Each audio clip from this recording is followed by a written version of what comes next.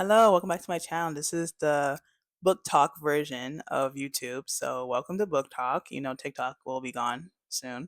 So, I've read my first book of this year. I'm not gonna lie, I've not read a book all year. So, this is like, it really is the first book of the year. It's not a new year yet.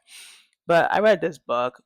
You really can't even see the title, but it's basically Love the One You're With.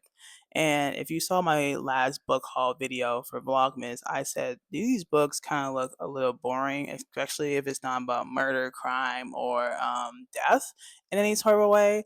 So reading this book first was I had no reason to read this book first. I honestly thought I told myself a different book was going to be chosen. But anyway, let's just get into it. I don't know how book talk works, so we're going to pretend it's this book club and just go from there. So essentially, this book starts with this woman named Ellen. She is from, I guess, the south side of Atlanta, not the city part, the countryside, and she grows up without a mom. She tells you that multiple times. She grows up without her mom. She has a sister she's estranged with. She has a father and a stepmother she doesn't like, and she just grows up kind of being herself, kind of in a poor area, whatever, whatever.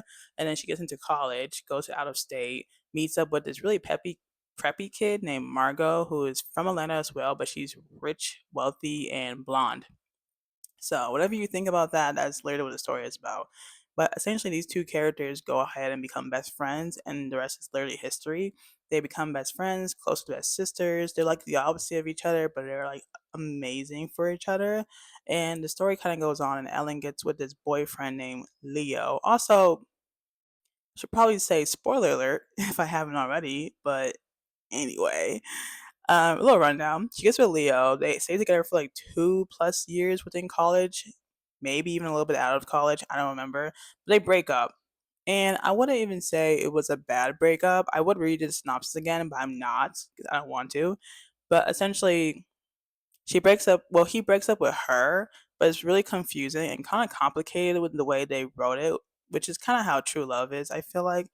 Basically, he stopped loving her but stayed together with her, if that makes sense. So she broke up with him because he no longer was present in their relationship. So that happened. And then she became a slob, became real depressed, all that stuff. This all comes with losing the one you love, right? So technically, he fell out of love with her. So he broke up with her.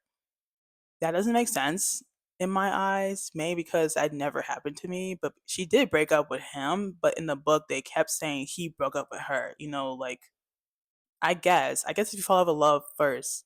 Yeah. Anyway, it keeps going and she becomes really sad, really depressed. Margot tries her best to help her, all that stuff, yada yada. And then one summer they go over to Margot's home in Atlanta. So they go back. They live in New York at this point because it's a great photography scene and Ellen is a photographer at this point.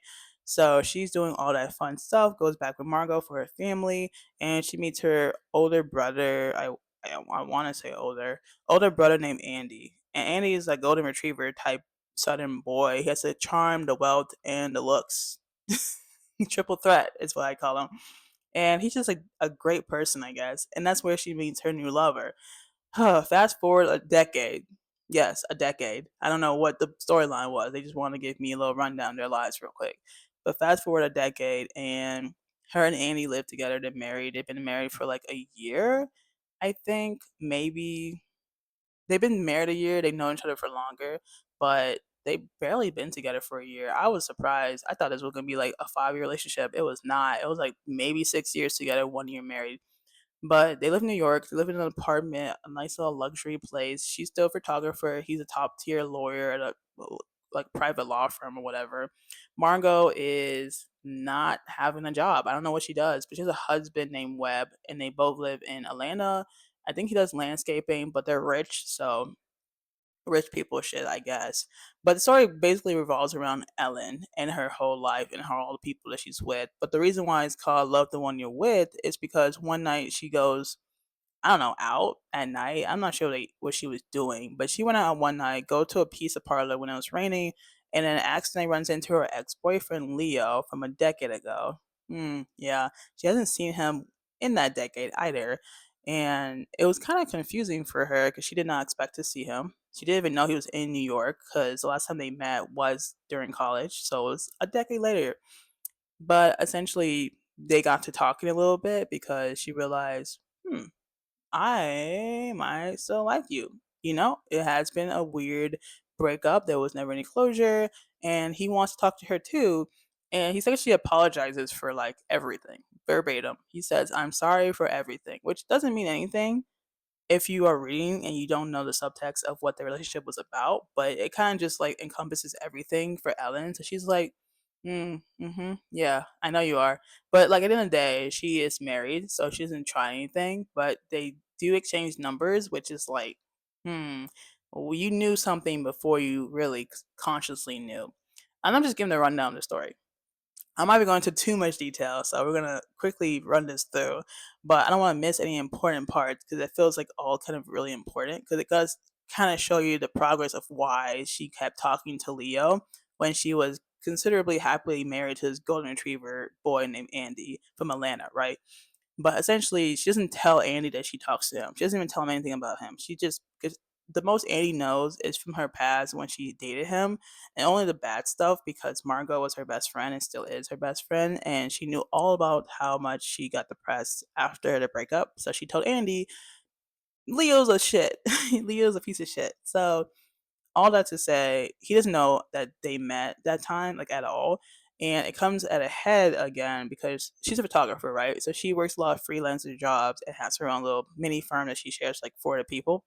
She's not making great money, but it's her passion. So it works out if you have a, rich husband to back you up. Anyway, she gets another project and it's through Leo. It's this guy named Drake something. It's not the rapper. It's like a artist person, whatever universe they have this person as.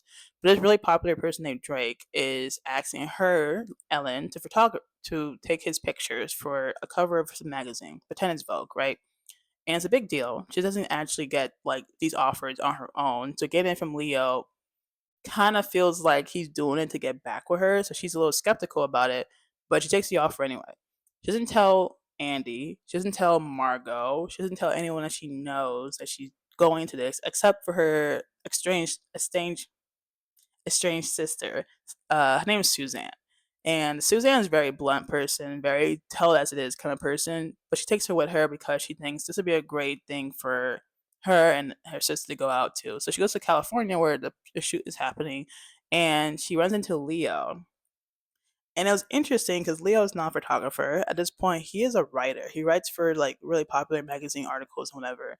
So she did not expect him to be on the article at all for the pictures she was taking. But he was there, and let's just say sexual tensions were in the air. But nothing happened. Nothing happened. Even Suzanne questioned Ellen and was like, "Is there something going on? Are you like, is there more to this story that I should know about that you didn't like him anymore?" And she's like, you're overreacting, you know? So, long story short, the shoot goes well. They talk a little bit. She tries to go back to his room, but she thinks double of it because she realized she is still married and going to your ex's room to just talk never really ends well. So, she chooses to keep it moving. So this cover for this magazine doesn't come out for like the next few months. She gets like an early release copy, but she doesn't read it. She doesn't let anyone else read it either because she realized it has Leo's name on it because obviously he wrote it right. So his name is in the magazine with her pictures. A few months go by and they all get a copy of the magazine when it actually comes out. And it's like summertime. The shoot took up place in like winter, I think. So it's been like half a year. At this point, everyone in like her in-laws family, the rich side, they all see his name and they all like, oh, blah, blah, blah. They don't really care. Like Andy, I can't tell if he's purposely being oblivious or if he doesn't care that his name is in it. But he just sees her pictures and it's just happy. Like he is literally golden retriever energy. Like he is so optimistic, and she's just like, my life feels low. I mean, at this point, she wasn't having any issues. Issues come later. But her best friend Margot, she sees the name Leo, questions why she went to go see Leo, and Ellen is defensive, saying, "Oh, something like that. I didn't tell you because I know you'd be like this." Da da da. Long story short, she brushes it to the side, and Margot has no choice but to like let it go because at this point she's like, "It's okay. You're only doing it for work, right?" And Ellen's like, "Yeah, of course." And it was like, "But are you though?" But Margot lets it go because it was a one-time thing. And then sometime later, maybe the next day, I don't remember. I don't know how time works anymore after that decade skip. I was like, a decade time skip is crazy. But basically, her Andy wants to move closer to the family, which they live in Atlanta. They currently live in New York in a nice little apartment. Ellen's job is here. She's a freelancer. She can work anywhere, but her friends are here. Her family is not there, but her friends are here. And Andy wants to go back and live with his family, which Ellen's a part of, whatever. But, Ellen doesn't like going back to the countryside. She moved away from Atlanta for a reason, but eventually she says yes to appease Andy and to prove that she's in love with him because after with Leo and how nothing happened, but the sexual tension was high, she definitely chose to be like, hey, maybe I should try to be more loyal. So I'll say yes to this opportunity to get this big ass, big ass house. I'm telling you, it was a 300K house they bought. I was like, oh, wow, you rich, rich. Anyway, they move over to Atlanta, and the next few months go by the blur. Andy works for his dad, who's also in a law firm. Ellen still is a photographer, but work is coming few and far between just because it is Atlanta and not the city. The what is it? The countryside. And the year is like early 2000s because the book takes place around the 90s, and this plays at this time like 2000, the year 2000 already passed, so it's like early 2000, maybe 2010 at max. But she doesn't really have much to do. She's literally just cooking, cleaning, and sitting down watching TV every day. Like she has a job, but that job doesn't really do anything if she doesn't have clients or have work to do. And she just feels really lonely and realizes this is really more of her husband type of work because she's living in the house that her husband bought, that his family owns or kind of like helped out around. She's close to her best friend who is the sister of her husband. All this stuff is revolving around her husband and his family, and even though she is close to the family, she's realizing that her input, while respected, isn't really taken into account sometimes. She said yes to the house. She does realize that maybe Andy just wanted this house and was just going to keep trying to push it for me, even though I was probably going to say yes anyway. So it starts to come off as the first big problem that she has with her husband, which isn't a real problem that she sees in her own mind because she's like, oh, he's so perfect. He cares about everything we do. He's like so nice and kind and beautiful, da da da, right?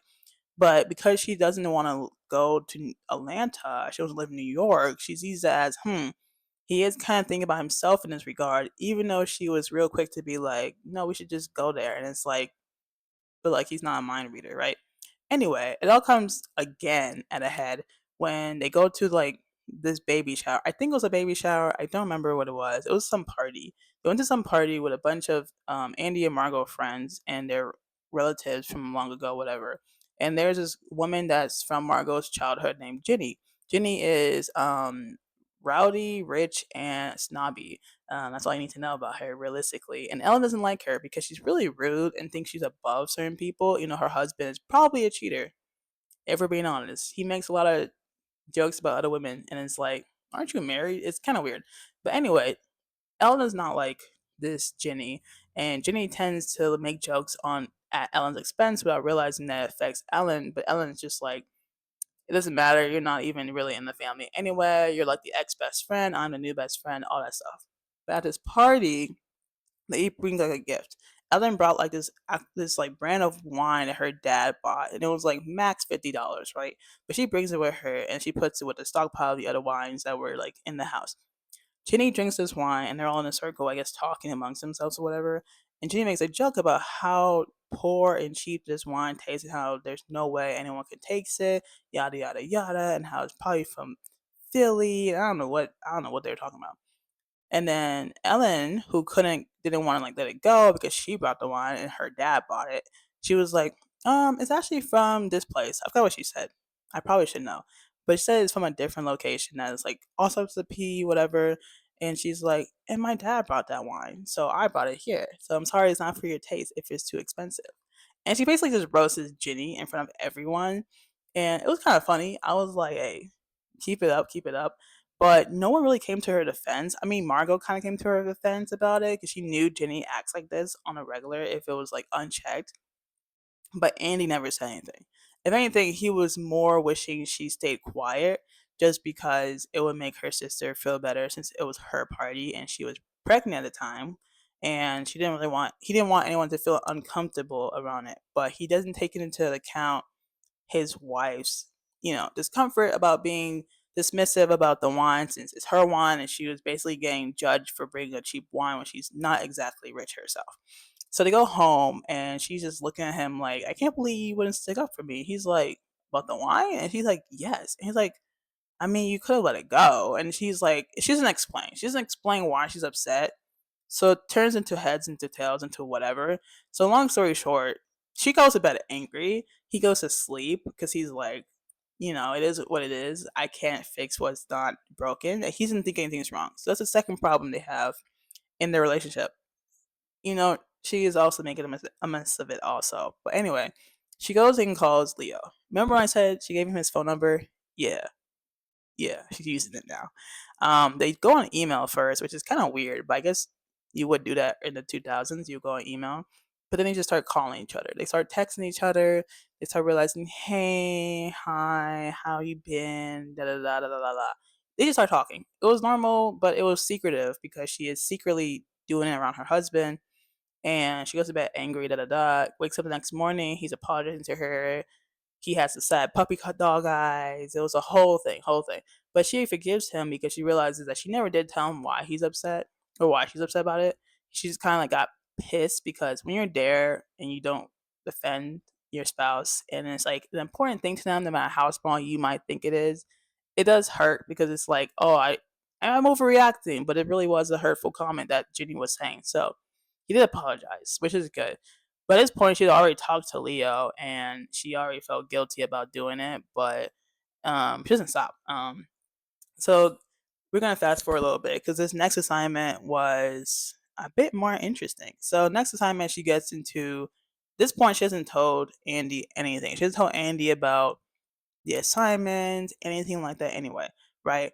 But basically, she gets another assignment with Leo to go take a picture of someone else. I don't remember. It was like a project that he's working on again. Not with a person, but for in New York. It's in New York. In New York, I merely well. Anyway, um, and she has to go there again. But she tells Andy that she's going there for a project. Doesn't tell him that's with Leo. He's like, "Okay, babe, love you," and it's just like, what the fuck? Like, okay, they have issues, right? They're a married couple for like less than a year. They obviously don't have perfect marriages, whatever, but it still is he's still perfect. I wouldn't say perfect, but I would say he is like the light most people probably could use in their lives, which probably worries her because when she has issues, he doesn't see the issues. Like in his world, everything is so bright and optimistic. And if you have an issue, it can be fixed without resorting to like anger and arguments. But in her life, she's like gotta defend, we gotta defend, and then he doesn't think that way. It's kind of like yin and yang. Like he's so bright and she's a little dark, not too dark, not like truly yang, but it does come off. It does come off a little bit like he is seen as a perfect boy, and she's just like a little dark spot in his image, which is not true. But I think that's how she feels about herself, which is why she keeps going back to Leo, her ex. But essentially, she talks to Margot and tells her that she's going to, back to New York to work with Leo. And she didn't say Leo at first, but Margot figured out really quickly it was Leo. She's like pregnant and probably shouldn't know. But she's like, you keep seeing him. I thought he was just a one time thing for a project. And she's like, he is. But then she starts questioning her and being like, you must tell Andy. You have to tell Andy. And they're like, Andy and Margot are siblings, right? So of course she loves Ellen, but it's also her brother who is going to get hurt if Ellen keeps going down this route and potentially cheats. So Ellen is like, you know what? I don't want you to tell him, so fine, I'll tell him, but give me 24 hours. Long story short, she tells him, and he does feel a little offended because he was never told about this, like at all. Like he was not told it was with Leo. He saw the paper, but he didn't read it. He looked at the pictures because his wife did it, which is so cute. And oh my god, he's such. I don't know what he looks like, and I feel like I wouldn't be so happy if I saw what he looked like. But oh my god, the, oh my god, he got golden boy retriever energy for real. But anyway, he gets a little sad that she does it and doesn't really want her to do it because he doesn't know how much she's been seeing him or how much they talked or anything like that. So he's a little bit iffy, but he's okay with it as long as it amounts to nothing. And she's like, no, no, no, obviously, it'll amount to nothing. Which, long story short, doesn't. I'm just gonna wrap it up. Long story short, they get into an argument about something. I'm not gonna lie, I forgot the argument they had. I just remember that he got so pissed off because she was still going to Leo in New York. And even though it was obviously for a work trip, he was pissed because their relationship and their marriage was kind of falling apart because she was blaming him for things that he had no idea. We knew as the readers, but she never told him and she kind of expected him to know, which it's not mind readers, obviously, but some of the issues is almost like you see trash in the trash chute, you throw it away. You shouldn't be told to throw it away, right? But at the same time, it's like Andy would see issues and then choose to like move past them as if it wasn't a big deal. But to Ellen, it's always a big deal because you can't move past issues that one person is feeling affected of. And at the end of the day, both people's feelings matter. If you ignore one person, that one person feels ignored, right? And then you just realize you're distancing yourself. But anyway, all that to say, she does eventually go to Leo in New York, takes a plane and everything. Andy is not happy. He actually wrote a post-it note on their fridge saying if you go, we're done. Like their relationship was done. And she saw that, felt depressed, and then still left. So yeah. I am trying my best to like put into what Ellen was feeling. I myself was like, can we be for real? Can you see what you're doing? You're ruining your whole relationship for a guy who quote unquote left you first. But they have been pretty good in terms of like patching things up, really letting themselves feel again. But it's almost like I wouldn't say Leo was top. Let me tell you the whole storyline. Let me tell you the whole storyline first. I am running around. Anyway, she goes there. She goes to Leo. They go out to like Coney Island where they're doing the whole photo shoot, whatever. She takes pictures as one does. They talk, whatever. She started realizing that he is beautiful. Anyway, literally though, I'm not lying. She thinks he's beautiful. She always thought he was beautiful. That's why she kept talking to him. But they go back to his apartment. They kiss. I'm just gonna tell you, they kiss. I don't know what to tell you. They kiss. It wasn't a long kiss, but it was a kiss. You know what I'm saying? And it was weird because her sister kept calling her. She didn't want to answer because she felt guilty by doing this anyway because she was still married. But she was a little worried because they were actually hitting danger territories where it was like they're on the couch kissing, right? What does that lead to? We all know what that leads to. But her sister calls again and she thinks it's her husband, like Andy, because he wasn't calling at all the entire day. So she calls back her sister and she's like, "Oh my god, what is it? What do you want?" And she's like, "Where are you?" And she's like, "New York. Where?" And she's like, "Okay, with Leo." It's like, "Okay, leave. You gotta make the biggest mistake in your life if you cheat on your husband with your ex that you don't even truly know if you love or you're just staying with him, whatever." She hangs up on her after a while, realizes like, this is actually a bad idea. And she realized for the first time in her life, I'm gonna explain all this in greater detail after this. It's just what the book said. She said for the first time in her life, she didn't have to settle for anyone. Like she did not because she didn't break up with Leo. She never had a choice of whether or not she wanted to be with Leo. She had a choice to be with Andy, but she thought she was settling for him when she met him because he was Margot's brother, and that was like, oh, you my best friend's brother. Might as well like he's good enough. So for the first time in her words, she felt like she was settling, like she was choosing to be with Andy versus choosing to be with Leo because she has a choice to be with Leo, even though she's married. Anyway, she leaves the house. Leo is like depressed, sad, like, no, don't go, sing with me. And she's like, I can't. I gotta go home. I gotta go home. And then he's like, will you call me when you get home? It's like, I'll try. And she doesn't call him. She does not call him, thank God. But she goes back to her hotel, but then she switches and goes to her old apartment she used to live with Andy before they moved to Atlanta. And she calls Andy, and she's like upset. She's sad. She's like, "I'm so sorry. I can't believe I was like." She doesn't tell him that they kissed, which is anyway. But basically, they go there, and she's calling him. Apparently, like Margot is in labor, and she's like, "Damn it, I'm gonna miss the birds, whatever." But she thinks about going back to Atlanta that night so she can make it back before, like, hopefully before she gives birth. But apparently Andy shows up in a cab a few minutes later after she told him where she was. Like she told him like, "Oh, I'm in the old apartments, the lights still work." I was like, "What? How'd you get inside?" Anyway, he gets there and he's like, "Hi." And she's like, "Hi, what the heck? How did you get here?" And he's like, "Oh, I came here like last night after I didn't see you. And I just when you called me, I was still in the cab." And I was like, I was like, this golden retriever energy is crazy. I was like, in my mind, I'm like, hmm, he's almost too perfect. I feel like he has flaws, but his flaws make you feel bad. Like, you know what I'm saying? Like, it's not.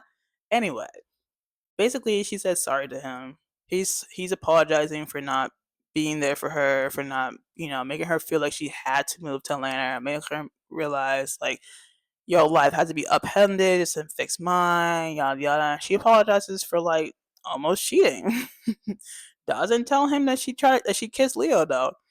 And long story short, in the last chapter, it took a year and a half later, another time jump, and they're living in two places. She has a place in New York, he has a place back home. They live together, they still are married, but because she doesn't want to leave New York and he loves Atlanta, they're both from Atlanta. No, she's not from Atlanta, is she? She's from Pittsburgh. Anyway, it's from the South. I was close enough. They basically have two places now, and she goes to New York for work, but lives in Atlanta full time. And essentially, she hasn't called back Leo since that day. She never called him back. Actually, I think he tried calling her back, but she doesn't call back at all. She sent the pictures that she took for his article, even the one she took of him, which don't question it, and happily ever fucking after, I guess. Like she doesn't tell Andy at all that she kissed him. She just uses that memory as a guilt spot for herself to be like, yeah, I really wasn't like I needed this for myself, but at the same time, this should never have been this like I should never have went this far.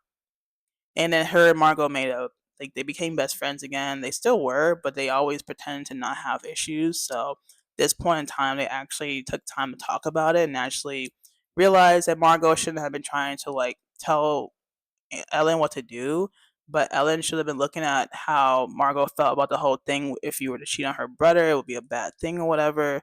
So they both apologized for trying to ruin their own friendship for themselves, even though it was in their minds the best thing they could have done.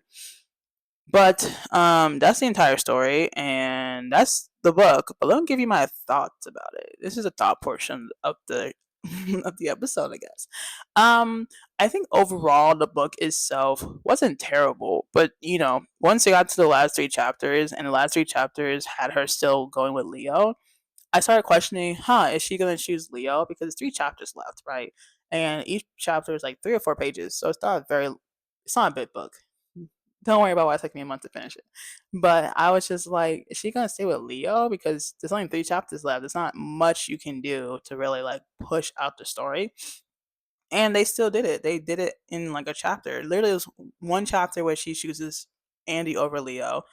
Another chapter where she chooses Andy, and the chapter after, which is a year later, and they're still together. And I'm just like, I feel like it's one of those third acts in movies, when it has a really good, strong first two acts and it comes to a climax and you're like, oh my God, I can't believe it. How are we going to resolve it?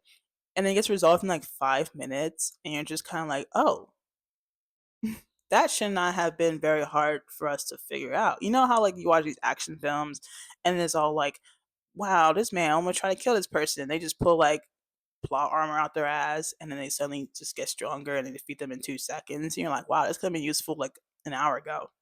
It's like that almost, but with romance. Basically, Ellen just goes between choosing Leo because of what he was. She chooses him because he was this very funny, straight, like beautiful, mysterious man that she was with, that she says in her words that she did not break up with. He broke up with her, which I guess is true. You fall in love, you fall out of love first, you break up first. And he apologized for everything. It wasn't like their lives would have been. I mean, I guess I can't tell you, but it wasn't like their lives are going to be like simpler. Like it's been a decade since they last talked, like fully talked. And she just assumed because she loved him one time, she would love him again in the same capacity. When in reality, she could be messing up something really great with Andy just to be with a man who was a lovely boyfriend for a singular year before he was suddenly like, oh, I'm no longer in love with you. And his reasoning wasn't very good. But I guess it's a simple reasoning, so it wasn't like I needed an explanation. But the reason why they broke up, or at least why he fell out of love, was because he just didn't really feel the relationship at the time. And he felt like they were too young to really pursue it, which, you can just say you didn't love her. But I guess now that he's older, he realized like, oh, I actually really did love you, and I'm mad that I let you go. Which is like, depending on who the person is, can be very sweet or be very manipulative. But he never comes off as manipulated. Manipulated. He came off as very sweet and genuine, even though he was basically the same person from a decade ago, just older and nicer and I guess more wiser with that whole thing. And Andy came off as very golden retriever like energy throughout the entire book. Like he had his faults, and you definitely saw his faults, but because it was through the lens of Ellen, it wasn't really through Andy. You never saw the issues that could have truly impeded their marriage based because of him, right? It's not truly Ellen's fault that this whole marriage would have been gone. If she had cheated, yes, it would have been. Who cares if he did anything bad? She cheated, right?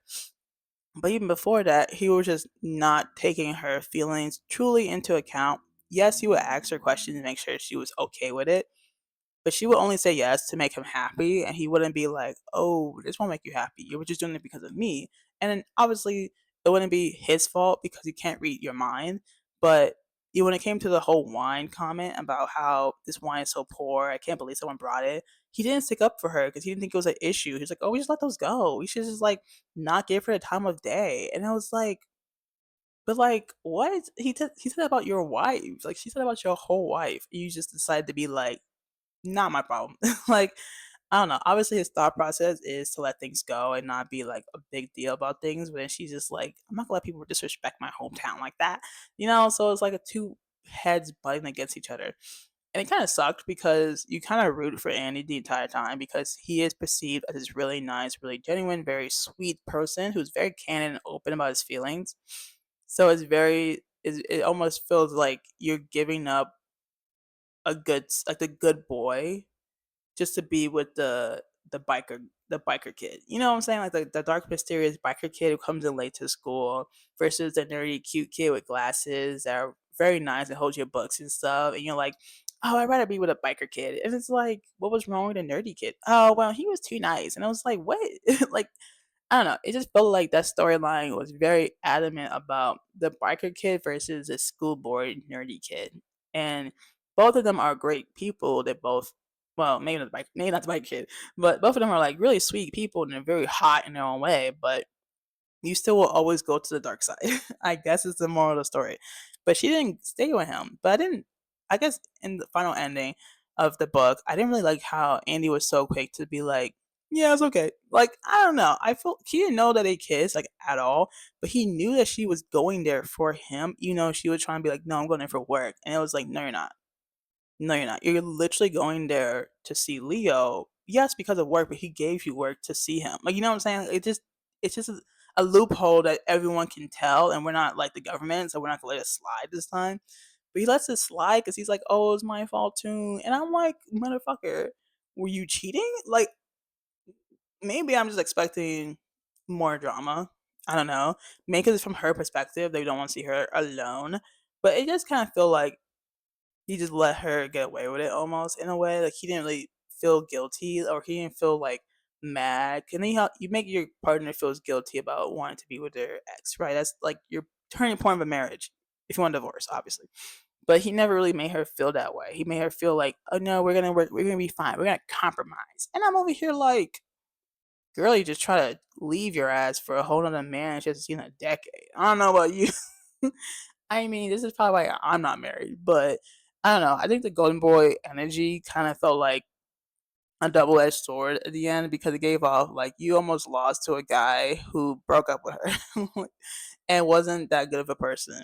But I think they oversold Leo in the summary because in the summary it made seem like he was a really bad person who like hurt her. But in reality, all he did was fall out of love for her a lot earlier than she expected because they only dated for like a year. And then she broke up with him, but he realistically stopped loving her. And it made it seem like, oh, he was a monster. But yet when she cheats, it's like, it's bad. And we all know it's bad. But like her husband is still with her. Her best friend still loves her. Her family is still, like, you know, her sister knows and it's like, you're okay. You're doing good. And yet, like, obviously she's gonna punish herself mentally because she almost went through this whole thing. But even when she tried to rationalize it before, it was like, oh, I have to go through this. I have to go see my ex to make sure I wasn't suddenly because I had this other guy in my arms. And now I get to choose Andy because I want to. And I'm like, girl, you're married? I don't know. I don't know. I don't know what to say. I feel like I mean, obviously, if you have, you're not gonna just not have feelings for your ex, especially if you didn't break up with them first. But I feel like it shouldn't be like almost pushed aside that you had to go on this discovery to be like, oh my god, I can't believe I have to go through this discovery to know I truly loved you. And it's like, but you still cheat on me. I don't know. It just reminds me of The Ultimatum season one. I don't know who these people are, but this cowboy guy and this blonde girl, one of them gave the ultimatum, and the cowboy guy went to a bar one night and he started to flirt with the girls in the bar, knowing that he was with a girlfriend. And the girls in the bar were not even part of the show, they're just in the bar.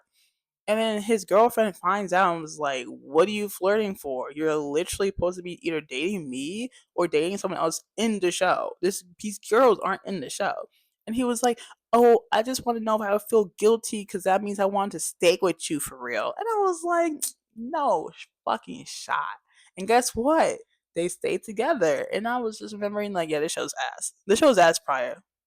No offense, to people who like The Ultimatum. But all that to say, the fact that people can really say, I mean, obviously people do settle. They do settle for things they don't want. But it does suck when it feels like you have to go outside of your whole moral lane just to see if it was meant to be settled or just to be moved on. And her rationalization was kind of not weak, but it was definitely like you have to experience it to fully empathize with her. And right now, I'm not truly empathizing. I'm just like, I feel like you guys could have had like a good conversation like several times while Andy knew, and then still have been like gone through the same thing without having to kiss him, without having to sneak around, without having the guilt of being like caught. It was just a lot to go through just to be like, I had to do it to see if I really wanted to be with Andy. And it was just like, you almost gave up something great that she even said herself was great. You almost gave up something great just to be with someone that did love you, may still love you. He seemed like a great guy now, but like, it's weird to be pining after someone who's buried. But I don't know, people do it all the time now, so I guess it's not too out of. It's not even fiction. It's honestly realistic fiction, but the ending wasn't very good. I think it was rushed, especially because they were quick to be like, "Oh, Annie just basically forgave her and didn't know that they kissed."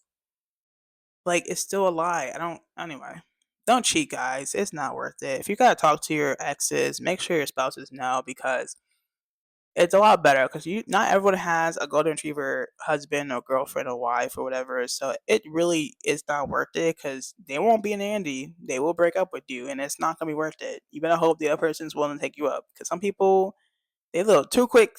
They a little too quick to let that whole relationship fall apart for a person that may or may not truly love them, and then they break up in like 3 years, and you're like, I mean, hopefully it was a great 3 years. I don't know. I mean, hopefully your ex husband wants you. But anyway, that is the story. That's my first book. I don't know what my next book is. We're all gonna be in a big surprise by the time I read it. But yeah, so far, good book. I'm not gonna lie. It wasn't as bad as I thought.